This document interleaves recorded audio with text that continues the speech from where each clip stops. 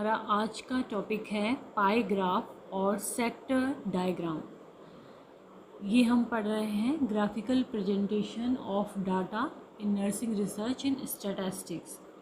तो pie chart या sector diagram क्या होता है? The pie chart is also called as the circle graph और एरिया डायग्राम। इसको सर्कल ग्राफ भी कहते हैं क्योंकि इसमें एक सर्कल बनता है, और इसको एरिया डायग्राम भी कहते हैं जिसमें हम एरिया फिक्स कर लेते हैं डाटा के अकॉर्डिंग, या फिर सेक्टर डायग्राम भी इसको कहते हैं। पाई chart is a commonly used graphical device for presenting relative frequency distribution for qualitative data. तो पाई चार्ट क्या है? ये एक कॉमनली यूज़ यानी कॉमन यूज़ आने वाला ग्राफिकल डिवाइस है जिसके द्वारा हम क्या प्रेजेंट करते हैं? रिलेटिव फ्रीक्वेंसी डिस्ट्रीब्यूशन फॉर किस तरह की डाटा के लिए? क्वालिटेटिव डाटा के लिए रिलेटिव फ्रीक्वेंसी डिस्ट्रीब्यूशन प्रेजेंट करने के लिए हम इसका यूज़ करते हैं। जैसा कि इस डायग्राम में दिखाया गया है, ये है पाई चार्ट और इसमें सारी जो एरियाज़ हैं, जैसे कि इसमें हिंदू का, क्रिश्चियन का, मुस्लिम का एंड अदर्स का डिस्ट्रीब्यूटेड है। इसको हम एग्जांपल से समझेंगे। तो ये होता है pie chart. Pie chart are a great way to graphically show a frequency distribution. Pie chart क्या है? एक ग्रेट तरीका है जिसके द्वारा हम फ्रिक्वेंसी डिस्ट्रीब्यूशन को ग्राफिकली प्रेजेंट कर सकते हैं। The whole pie graph as 100। हम क्या मानते हैं? जो होल पाई ग्राफ है उसको हम मानते हैं 100। ये पूरा 100 है, उसको हम मानते हैं 100 इज़ डिवाइडेड इनटू परसेंटेज, और उस 100 को हम परसेंटेज में डिवाइड कर लेते हैं to show the different statistical information. और इस तरह से हम क्या करते हैं? अलग अलग तरह की स्टैटिस्टिकल इंफॉर्मेशन को हम शो करते हैं ऑफ सेगमेंट परसेंटेज, जिसमें कि हर सेगमेंट का एक परसेंटेज होता है।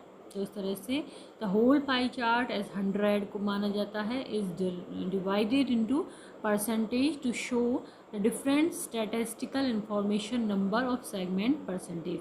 अब नेक्स्ट है साइज ऑफ ईच एंगल। यदि हम देखें कि हर एंगल की जो साइज़ है वो कैसे कैलकुलेट करेंगे हम?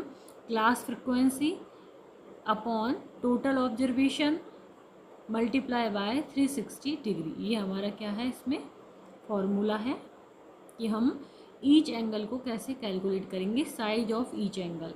तो इसका क्या फॉर्मूला है? Class frequency upon total observation multiply by 360 degree.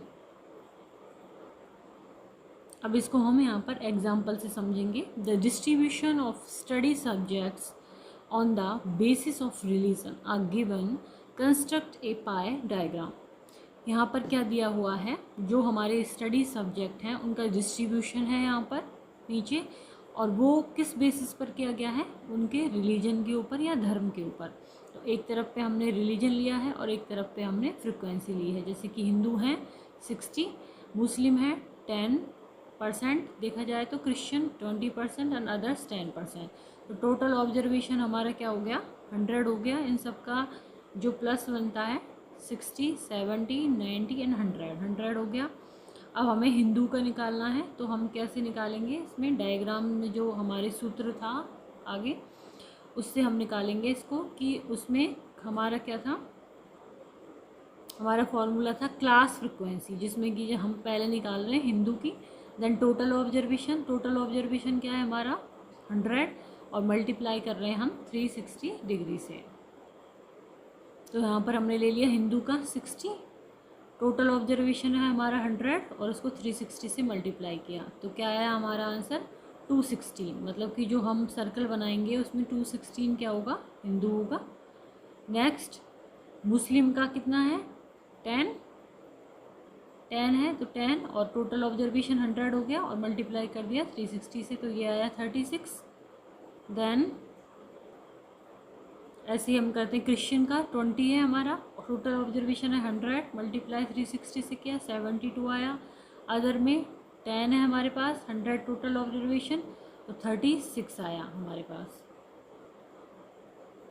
और इसको हमने शो इस तरह किससे किया है, 60 ये हो गया हिंदू, 20 10 एंड 10, इस तरह से हमने इसका पाई ग्राफ बना दिया। तो आज हमने जाना पाई ग्राफ के बारे में, सेक्टर डायग्राम के बारे में। इससे पहले वाले वीडियोस में हमने line graph and bar graph के बारे में जाना, और आगे की जो वीडियो होंगे उनमें हम आगे की जो स्टैटिस्टिकल ग्राफिकल प्रेजेंटेशन है उसको जानेंगे। तो यदि आपको वीडियो पसंद आए तो उसको लाइक करें, चैनल को सब्सक्राइब करें, कमेंट करें एंड शेयर करें।